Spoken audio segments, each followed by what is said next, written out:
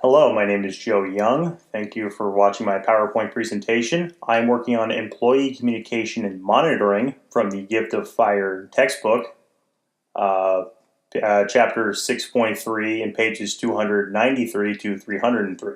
So the overview is, what do employers check for in potential employees, and why do they do that? Along with monitoring devices and computers, and for what reason? Generally speaking, some employers will do checks on potential hirees or prospective employees to ensure the individuals they hire are acceptable for the job they're applying for. If they are, well, that's dandy.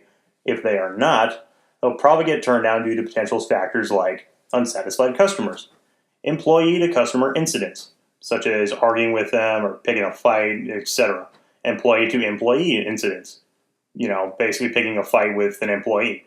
Scandals, like, say, you record a racist rant or a sexual harassment lawsuit, or like a felony on the clock. Yeah, a felony on the clock, like, say, you start a drug smuggling ring in the back of the office. I don't know what your fancy is. Generally speaking, companies and other places of business will avoid someone like this if their background check paints a picture of someone they do not want to do business with. A prospective employee on the job search, meanwhile, would do things like clean up their online behavior on social media, change their preferences in entertainment to like higher end books, or come up as more intellectual. I get a real kick about people thinking Catcher in the Rye is their go-to book for depth and philosophy rather than anything else. They will make themselves more presentable or desirable as far as interaction with the outside world is concerned. So, you want to put them, interacting with customers. And they would try to highlight the positive aspects of their character if they could do so. Like, say, they had a Twitter post saying, "Oh my God, I love helping these lepers on this leper colony of my own time and dime. Did I mention they're lepers and I'm helping?" or something like that. And basically try to clean up their act, for a lack of a better term. What they are looking for is racist or controversial remarks, references to drugs or narcotics and anything of the illegal nature, bombs, weapons, violent thoughts. Yeah, fun fact, people don't want to hire terrorists. Who knew? Sexually explicit material, also charitable and volunteer works, or altruistic leanings will be looked at for, because that'll make them seem a little bit better. What they will not look for is race, religion, creed, or any information that laws will prohibit them from asking about. So you can't be turned down based on the color of your skin or your religion of choice, for example. Privacy advocates argue that the desired information should be relevant or directly related to the job qualifications, rather than just everything. Mark Rotenberg of the Electronic Privacy Information Center has said that employers should not be judging what people do in their private lives, away from the workplace. Keep personal lives and work life separate and the like. It is important to maintain a protective barrier between work and personal activities. And as more and more people work and engage with people of different religions, hobbies, and taste and humor that differ from theirs, it will become harder and harder to maintain the same approach to your everyday employee. So employers need to adapt for the sake of, having a workforce, potentially. It is probably better, they advocate, to avoid employment policies with the side effect of stifling expression of those differences outside of work. And why do companies do this? Well, let's do a little thought exercise. Let's say you're a recruiter for some high-end business, all right? Google, Facebook, I don't really care. And you're just trying to get, employees for the company.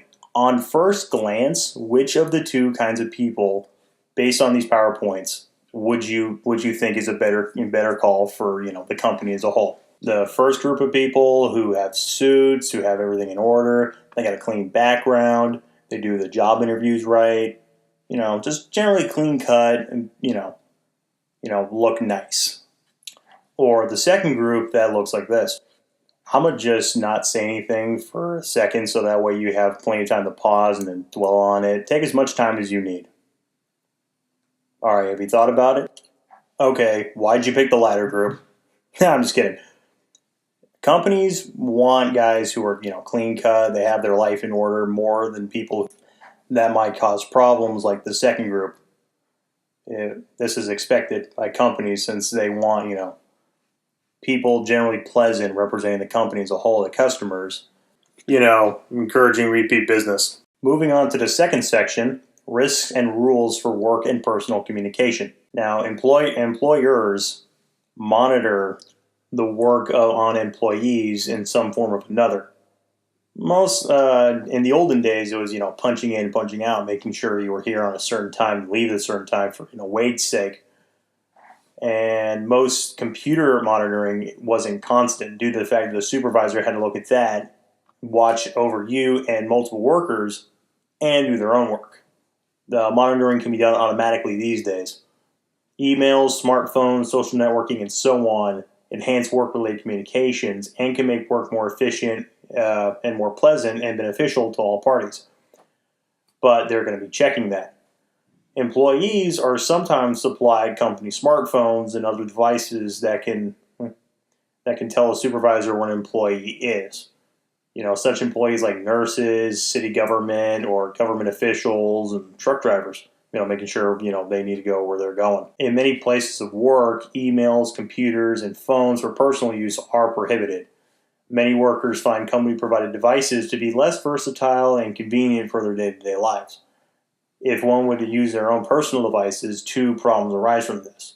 One, the overhead of managing and maintaining systems to work with a variety of brands and operating systems on an employee's various devices, and potential security hiccups and or breaches.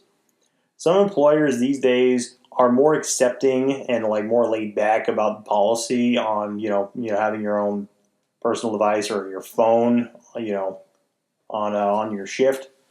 Methods are put in place though, ranging from a simple password to a kill switch in case if it gets lost or stolen or you leave the company and you have something of value to the company like products or code or what have you. You got to remember, security is the main goal at the end of the day. So that's why, you go about this. Fun fact, roughly half of the United States major companies monitor the email or voicemail of their employees on company systems. Initially, it was concerns of employees looking at porn or other adult sites during the internet's genesis. Now the list has expanded to include things like shopping, gambling, sports, stock investment, and now videos and social media. The monitoring raises privacy issues, and employers claim that they have the right/need to observe their employees like this. Controversies abound from this issue, specifically where the line between appropriate and inappropriate monitoring is. There needs to be, for starters, there needs to be a need for vigilant and for liabilities and potential negative impacts. The most reasonable policy is not always obvious, not always in the same view of both parties, not the same for all types of businesses, and not always clear when the situations arise. The arguments that stem in favor of this come from a number of reasons. To protect security of proprietary info and data, prevent or investigate possible criminal activities by employees, like something like embezzlement or, again, that drug ring you've got in the back of the office that you should probably go back and check. Checking for potential violations of company policy against pornographic or other offensive messages or content, investigating complaints of harassment, complying with legal requirements in heavily regulated industries, and if prohibited by company policy, preventing personal use of employer facilities to locate employees, and again with the truck drivers, and find needed business information when the employee is unavailable. One company was able to found out that employees view 50,000 YouTube videos and 4,000 hours of music. A lot of time spent irking an employer by not working. And employees in some form or another will be inefficient, so you kind of need to cut that down on some level if you can help it. In a taken survey, about 1/3 of multinational companies have said that they have taken disciplinary action against employees for social network misuse. Someone considers that their blogs, tweet, posts, or videos could be brought to the attention of the company they work for. I have a picture on the left of this slide, and I'm going to mispronounce this guy's last name. It's Timothy Duhulos. He was a former New York Fire Department employee who had his whole anti-Semitic, misogynistic, racist Twitter profile revealed, and then he got fired by the fire department. Concerns of free speech violations arise, but as private companies go, like say YouTube, they don't really have anything to say about the U.S. Constitution. They're a private company; they can do whatever they want. The example of this would be those the demonetizing those firearm videos that happened a couple months back. The Second Amendment still says, that's all right. But as a company, they're saying, that should be demonetized, and probably a few of them were taken down. So in summary, employers will check your background to get to know more about you. They want the guy on the left of the slide more than the guy on the right. Your online presence is vital in helping or hindering your employment chances, so think before you post. And if you do get hired, assume that going on a porn site, then gambling on a baseball game, and then using the money you got from that to update your stock portfolio, and then celebrate by buying a bottle of champagne on the company's time and computers is not a smart idea, because they'll know. And employers want efficient workers more than scandals or anything that'll make the company look bad. Good luck on job hunting.